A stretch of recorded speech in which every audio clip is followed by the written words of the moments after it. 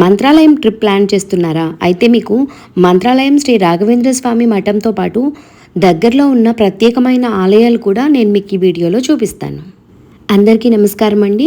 ఈరోజు మేము ఎంతో పవిత్ర క్షేత్రమైన మంత్రాలయానికైతే వచ్చాము. ఈ క్షేత్రం ప్రపంచవ్యాప్తంగా భక్తులకు ఎంతో పవిత్రమైన క్షేత్రం. ఇక్కడ శ్రీ రాఘవేంద్ర స్వామితో పాటు లోకల్ దగ్గరలో ఉన్న ట్రిప్స్కి ఎలా వెళ్ళాలి, ఏంటి, ఆ ఆలయాలను ఎలా దర్శించాలి అనేది అయితే నేను ఈ వీడియోలో మొత్తం కూడా ఎక్స్ప్లెయిన్ చేస్తాను. మేమైతే ట్రైన్కి వెళ్ళామండి. గుంటూరు నుంచి అయితే స్లీపర్ క్లాస్లో అయితే 400 చేంజ్ వరకు అయితే పడుతుంది. అదే సెకండ్ ఏసీలో అయితే అరౌండ్ 900 వరకు అయితే పడుతుందండి. మేము దిగంగానే షేర్ ఆటోలో అయితే మంత్రాలయం వెళ్ళాము. ఈచ్ పర్సన్ వచ్చేసేసి 50 రూపాయలు అయితే తీసుకున్నారు. మేము రూమ్స్ అయితే ముందే ఆన్లైన్లో బుక్ చేసుకున్నామండి. ఒక్కొక్క రూమ్ 250 రూపాయలు పడింది. మేము ఇంకా వెళ్ళంగానే మనకి రైల్వే స్టేషన్ నుంచి మంత్రాలయం టెంపుల్ దగ్గరికి అయితే 15 నిమిషాలే పడుతుందండి. వాళ్ళు అక్కడ దింపేశాక మేమైతే రూమ్కి వచ్చేసి బాత్ అది చేసేసుకొని ఫ్రెష్ అయిపోయిన తర్వాత మేమైతే టెంపుల్ దగ్గరికి వచ్చాము. మాకైతే టెంపుల్ దగ్గర తెలిసిన వాళ్ళు అయితే ఉన్నారు. అందుకోసం మేమైతే అతని కోసం వెయిట్ చేస్తున్నాము లోపలికి వచ్చి. ఆయన అయితే 5 మినిట్స్లో వచ్చేసారు. ఈ లోపైతే మేము గుడంతా తిరిగి అయితే చూస్తూ ఉన్నాము.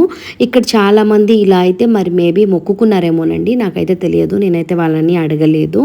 ఇలా అయితే మొక్కులు అయితే తీర్చుకుంటున్నారు. ఒక్కొక్క అడుగు వచ్చి దండం పెట్టుకుంటూ ఇలా అయితే చేస్తున్నారు. ఇంకా మాకు తెలిసిన పర్సన్ అయితే వచ్చేసారు. ఆయన అయితే మమ్మల్ని దగ్గరుండి దర్శనం చేపించారు. దర్శనం చాలా బాగా జరిగింది. ఇక్కడ వాతావరణం కూడా చాలా ప్రశాంతంగా ఆధ్యాత్మికంగా అయితే ఉందండి. మాకు దర్శనం అయితే చాలా బాగా జరిగింది. దర్శనం తర్వాత మేము ఇక్కడ గ్లాస్లో ఇవన్నీ అయితే భద్రపరిచి ఉన్నారు, పవిత్రమైన వస్తువులు. ఇవి రాఘవేంద్ర స్వామి వారి మఠ సాంప్రదాయానికి చెందినవి.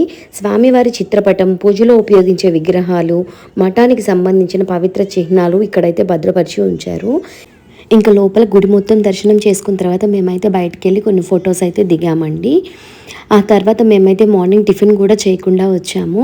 టిఫిన్ ఏదైనా చేద్దామని అయితే వెళ్ళామండి. ఇక్కడైతే హోటల్స్లో కూడా ఫుడ్ అస్సలు బాగాలేదు. మేమైతే ఈ డే అంతా ఏమీ తినలేదండి.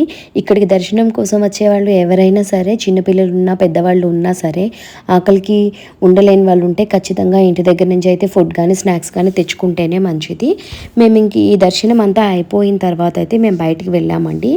బయటికి వెళ్తే ఇక్కడ షేర్ ఆటోస్లో లోకల్లో ఉన్న టెంపుల్స్ అన్నీ అని అయితే చూపిస్తామని చెప్పారు.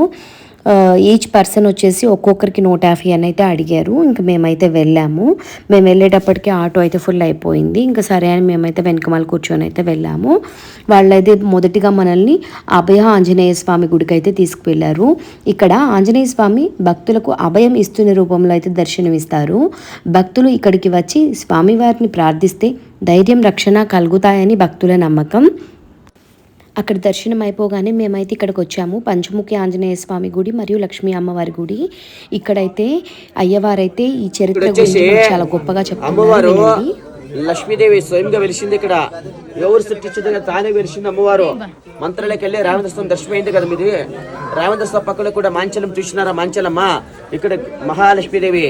రామేంద్ర స్వామి మంత్రాలే పోకుండా 16వ శతమానంలో అప్పుడు రామేంద్ర స్వామి ఇక్కడ వచ్చి ఈ అమ్మ దగ్గర అనుగ్రహం తీసుకుని వెళ్ళాక అది అక్కడ పంచముఖ ఆంజనేయ స్వామి దగ్గర స్థలంలో కూర్చుని రామేంద్ర స్వామి 12 సంవత్సరాలు తపస్సు చేసినాడు. ఆ తపస్సు మెచ్చి ఆంజనేయ స్వామి 5 రూపాయల నుండి ప్రత్యక్షమైనాడు అక్కడ రామేంద్ర స్వామికి. మధ్యలో ఆంజనేయ స్వామి నరసింహ గరుడ ఏగిరివరహ 5 రూపాయల నుండి రామేంద్ర స్వామి దర్శించినందుకు ఈ క్షేత్రానికి పంచమ కంటే క్షేత్రము తిరుపతి వెంకటేశ్వర స్వామి, లక్ష్మీదేవి, ఆంజనేయ స్వామి వీళ్ళంతా దర్శించినక్కడనే రామేంద్ర స్వామి మంత్రాలకి వెళ్ళాడు. ఆ మాంచలం ఉన్నికి స్థలం ఇచ్చింది మాంచలమ్మ రామేంద్ర స్వామికి. అక్కడే రామేంద్ర స్వామి బృందమాన్ అయినాడు. మహాలక్ష్మీదేవి శంకు చక్ర స్వయంగా దర్శించింది రామేంద్ర స్వామికి. వెలిసిన అమ్మవారు ఎవరు సృష్టించింది కాదు, గ్రామస్తులు ఎరకెళ్ళమంటారు. ఎరకెళ్ళమంటే ఉరిమిచ్చుతాయి. మహాలక్ష్మీదేవి అన్నో విషయం ఆಯ್ತು.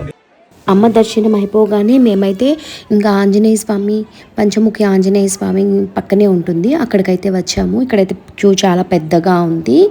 దర్శనానికైతే చాలా టైం పట్టింది, 1.5 అవర్ వరకు. కానీ దర్శనం చాలా బాగా జరిగింది. ఈ స్వామి అయితే 350 సంవత్సరాల క్రిందట రాఘవేంద్ర స్వామి తపస్సు చేయడానికి ఇక్కడికి వచ్చారంట. అక్కడ ఉన్న గుహలో ఆయన చాలా రోజుల పాటు ధ్యానం చేశారని అయితే చెప్తూ ఉంటారు. ఆ తపస్సుతో సంతోషించిన పంచముఖి ఆంజనేయ స్వామి ఆయనకు దర్శనం ఇచ్చారని పురాణం ప్రకారం చెప్తున్నారు. ఇక్కడ స్వామి 5 ముఖాలు, ఆంజనేయ ముఖం ధైర్యం శక్తికి, నరసింహ ముఖం రక్షణకి, గరుడ ముఖం సర్పదోష నివారణకి, వరాహ ముఖం శత్రు నివారణకి, హయగ్రీవ ముఖం జ్ఞానానికి ప్రతీకలుగా చెప్పొచ్చు. ఇక్కడ మాకు లోపలికైతే మొబైల్ అలౌ చేయలేదు, సో నేను లోపలైతే ఏమీ పిక్స్ తీసుకోలేకపోయాను. ఈ పంచముఖి ఆంజనేయ స్వామిని దర్శించటం వల్ల శత్రు సమస్యలు తగ్గుతాయని, కోరికలు నెరవేరుతాయని, ధైర్యం మరియు రక్షణ లభిస్తాయని భక్తుల నమ్మకం. ఇక మేము ఆఖరిగా అయితే బిచ్చాలమ్మ గుడికైతే వచ్చాము. ఈ బిచ్చాలమ్మను భక్తులు గ్రామదేవతగా పూజిస్తూ ఉంటారు. ఈ అమ్మవారు భక్తులకు వ్యాధులు, కష్టాలు, ప్రమాదాల నుండి కాపాడుతారని నమ్మకం. ఈ గుడి అయితే తుంగభద్ర నది ఒడ్డునైతే ఉంది. ఇక్కడ దర్శనం మాకు 2 నుంచి 5 నిమిషాలు టైం పట్టింది అంతే. ఈ వీడియోలో నేను చూపించిన గుళ్ళన్నీ అయితేనండి అన్ని రాతితోనే కట్టుబడి ఉంది. ఒక్క చోటు కూడా రంగులు వేయటం కానీ అలా అయితే లేదు. చాలా బాగా అనిపించింది. మనసు అయితే చాలా పాజిటివిటీగా ఉందండి. ఇలా మంత్రాలయం వచ్చినప్పుడైతే స్వామివారిని బృందావన దర్శనం మాత్రమే కాకుండా దగ్గరలో ఉన్న ఈ పవిత్ర ఆలయాలను కూడా దర్శించుకోవటం భక్తులకు ఒక మంచి అనుభవం అయితే చెప్తాను నేను. మీరు కూడా అవకాశం దొరికితే తప్పకుండా మంత్రాలయం వచ్చినప్పుడు ఈ పవిత్ర క్షేత్రాలన్నీ దర్శనం అయితే చేసుకోండి. ఇప్పటి వరకు నేను చూపించిన ఈ దేవాలయాలు అన్నీ కూడా మంత్రాలయం నుంచి 30 కిలోమీటర్ల దూరంలో ఉంటాయి. ఇక్కడికి రావడానికి ఎప్పుడూ ఆటోలు ఉంటాయి. మంత్రాలయం నుంచి సుమారుగా 30 కిలోమీటర్ల దూరం అయితే ఉంటుంది. ఒక్కొక్కరికి 150 రూపాయలు అయితే ఛార్జ్ చేశారు. ఈ ఆలయాలన్నీ దర్శించడం వల్ల మనసు అయితే చాలా ప్రశాంతంగా ఉంది. చాలా బాగా దర్శనం జరిగింది. ఐ హోప్ ఈ వీడియో మీకు నచ్చిందని అనుకుంటున్నాను. మీకు ఈ వీడియో కనుక నచ్చినట్లయితే లైక్ చేయండి. అంతేకాకుండా మీ ఫ్రెండ్స్లో కానీ ఫ్యామిలీలో కానీ ఎవరైనా మంత్రాలయం వెళ్తుంటే ఈ వీడియో అయితే షేర్ చేయండి. ఖచ్చితంగా వాళ్ళకైతే చాలా ఉపయోగపడుతుంది. ఇంకా ఛానల్ని సబ్స్క్రైబ్ చేసుకొని వాళ్ళు ఉంటే ప్లీజ్ సబ్స్క్రైబ్ చేసుకోండి. Thank you.